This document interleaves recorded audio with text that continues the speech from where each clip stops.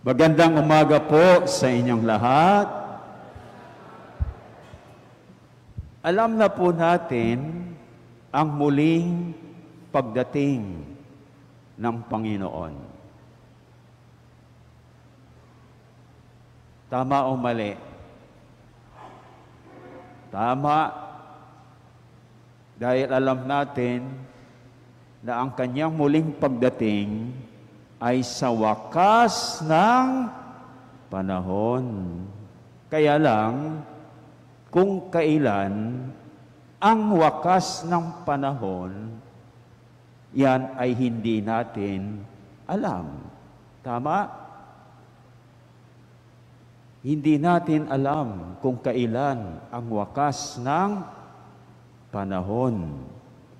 Gayunpaman, alam na natin kung ano-ano ang mangyayari sa wakas ng panahon. At yan ang ating napag-alaman sa mga sinabi ni San Pedro sa kanyang ikalawang sulat na ating narinig sa ikalawang pagbasa. Ano-ano bang sinabi ni Apostol San Pedro sa mga mangyayari sa wakas ng panahon? Sinabi niya, sa araw na yaon, ibig sabihin sa wakas ng panahon, ang kalangitan ay biglang mapaparam na may nakapangingilabot na ugong. O nai-imagine nyo? Ganon, ang isa sa mga mangyayari.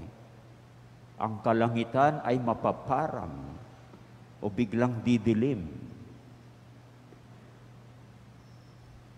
Matutupok ang araw, buwan, at mga bituin. At ang lahat sa lupa ay malalantad. Lahat tayo ay malalantad, pati ang mga tao. Walang makatatago, walang lakas sa ating pagharap sa Panginoon. Nakakatakot po ba? Amen? Ay, hindi yata kayo natatakot eh. Natatakot ba kayo dun sa mga mangyayari? Hindi. Malakas ang loob. No? Tama. So, kahit na ganon ang mangyayari, sabi ni Sister, imbes na tayo ay matatakot, habang hinihintay natin ang muling pagdating ng Panginoon, ihanda natin ang kanyang landas, tuwirin ay ang kanyang daaranan, at tuwirin ang kanyang mga landas. At yan ang isa sa mga aral na nais iparating sa atin ngayong ikalawang linggo ng Adbyento. Yan ang sinasabi sa Ebanghelyo. Ihanda ang daraanan ng Panginoon. Tuwirin ang kanyang mga landas. Ibig sabihin, ihanda natin ang ating buhay. Tuwirin ang ating mga sarili. O paano natin gagawin ito? Na habang hinahantay natin ang Panginoon, inihahanda natin ang ating buhay at tinutuwid natin ang ating mga sarili. Mayroong tatlo na dapat nating gawin ayon sa unang pagbasa. At dalawa ayon sa ikalawang pagbasa. At isa mula sa Ebanghelyo. Ilan lahat? Ilan? 6. Okay? So, ayon sa unang pagbasa, sinasabi na habang hinihintay natin ang pagdating, ang muling pagdating ng Panginoon, sabi sa unang pagbasa mula sa aklat ni Propeta Isaías, una, tambakan ang mga lambak. Ikalawa, patagin ang burol at bundok. At ikatlo, pantayin ang bako-bakong daan. Ano ibig sabihin ng mga ito? Una, tambakan ang mga lambak. Ibig sabihin yan, punan natin ang ating mga pagkukulang sa buhay. Lahat tayo ay may pagkukulang sa buhay. Amen? Okay lang yon. Pero, tambakan po natin o punan po natin ang ating mga pagkukulang sa buhay. Yan ang isang unang gawin natin. Pangalawa, patagin ang mga burol o ang burol at bundok. Anong ibig sabihin nito? Na magpakababa o magpakumbaba tayo. Tapyasin ang ating pride. Amen? At pangatlo, pantayin ang bako-bakong daan. Ibig sabihin, gawin na nating diretso, hindi paliko-liko ang ating buhay. So yan ang tatlo na dapat nating gawin ayon sa unang pagbasa mula sa aklat ni Propeta Isaías. Sa ikalawang pagbasa naman, ayon sa ikalawang sulat ni San Pedro, 2. Ang sabi niya, una, habang hinihintay natin ang pagdating ng Panginoon, italaga na natin ang ating sarili sa Panginoon at mamuhay ayon sa Kanyang kalooban.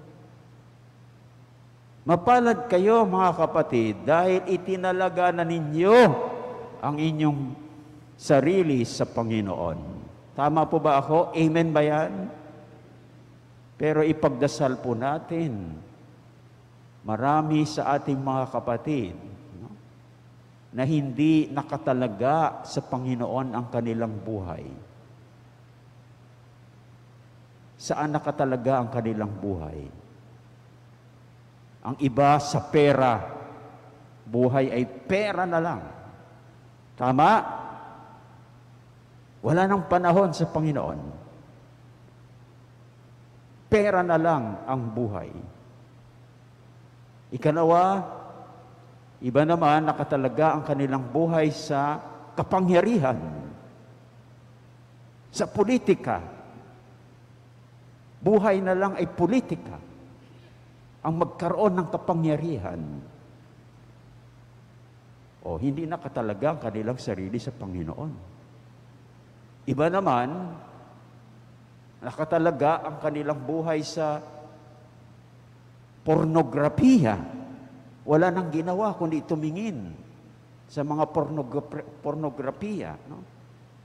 Lalong-lalo na, available na, kahit may cellphone ka, mayroon ka na. Hindi po ba? Iba naman ay ang kanilang buhay ay nakatalaga sa paglalasing. Iba naman, nakatalaga ang buhay sa pagsusugal, etc., etc. Kaya mapalad kayo mga kapatid dahil kayo, ang inyong buhay ay itinalaga na ninyo sa Panginoon. Kaya gumawa tayo ng paraan na yung ating mga kapatid na hindi pa nakatalaga ang buhay sa Panginoon ay tulungan natin italaga ang kanilang buhay at sa Panginoon at mamuhay na sila ayon sa Kanyang kalooban. At ang ikaapat, sikapin nating mamuhay na mapayapa, walang dungis, at walang kapintasan. Tama ba ako, sister? Sinabi ni San Pedro yon? Yon. Paano tayo mamuhay ng mapayapa? Ay iwasan na natin gumawa ng kasamaan. Dahil kung kasamaan ang ating ginagawa, magkakaroon ba tayong mapayapa na buhay? Hindi. At ang buhay natin ay talagang may dungis at kapintasan. So yan ang dalawa na dapat natin gawin ayon kay San Pedro. At ayon naman sa Ebanghelyo o sa mabuting balita, ayon kay San Marco, mayroong isa na dapat nating gawin. Ang ating dapat gawin ay pagsisihan at talikdan ang ating mga kasalanan upang patawarin tayo ng Diyos. Ibig sabihin, ngayong panahon ng Adbyento, huwag ninyong kaligtaang mangumpisal para maging malinis at walang kapintasan tayo. Dito naman sa ating parokya, may mga schedule naman po ng confession. Alam po ba ninyo yung schedule dito ng confession? Hindi alam. Paglinggo, hindi ko rin alam. Paglinggo, mayroong confession tayo ng 5:30 to 6:30. Sa umaga, hindi ko maalaala. So, tanungin na lang po ninyo sa opisina. Tumawag kayo sa parish office natin. Pero mayroon po tayong schedule ng confession. Kaya huwag niyong kaligtaan na mangumpisal para talikdan o pagsisihan ang inyong mga kasalanan upang kayo ay mapatawad ng Diyos. So mga kapatid, yun ang 6 na dapat nating gawin.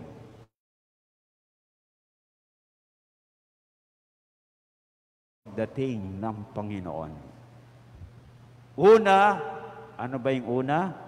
Natatandaan ba natin? Ano na ba yung una? Punan natin ang ating mga pagkukulang sa buhay. Pangalawa, magpakumbaba po tayo. Tapyasin natin ang ating pride. Pangatlo, diretsuhin na po natin. Huwag na tayong paliko-liko ng buhay. No? At pang-apat, italaga na po natin ang ating sarili sa Panginoon at mamuhay ayon sa Kanyang kalooban. At sikapin, yung ikalima, sikapin nating mamuhay na mapayapa, walang dungis at kapintasan. At panghuli, ika-6, pagsisihan natin at talikdan ang ating mga kasalanan upang tayo ay mapatawad ng Diyos. Kaya kung ginagawa na natin ang anim na ito, hindi tayo matatakot. Hindi po ba? Although sabi nga ni sister, hindi daw siya natatakot.